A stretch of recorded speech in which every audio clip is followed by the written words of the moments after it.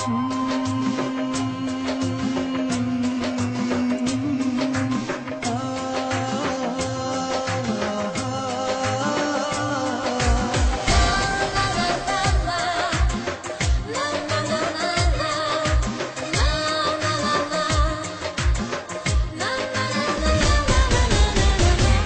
تو با همه ما دلمان خیلی دور است همیشه بین ما دیواری صدرنگی غرور است نداریم هیچ کدام حرفی که بازم تازه باشه چراغی خنده هامان خیلی وقت تو دور است منو تو هم صدایی به صدایم با همو ازم جدایم خسته از این قصه هایم هم صدایی به صدایم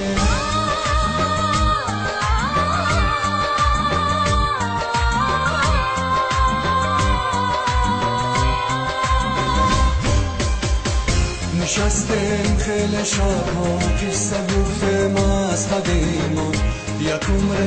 وعده افتاده از این شب فردا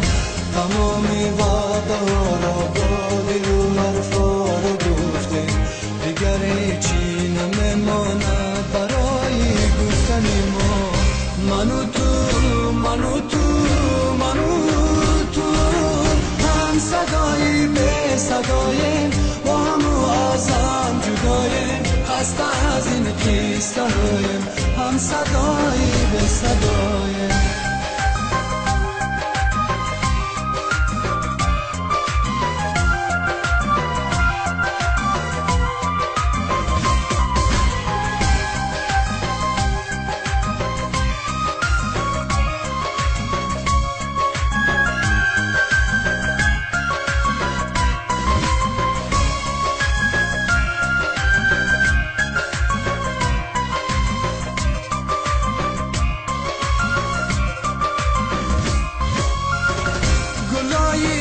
سرخی من پوسیده ماندن روی باغچه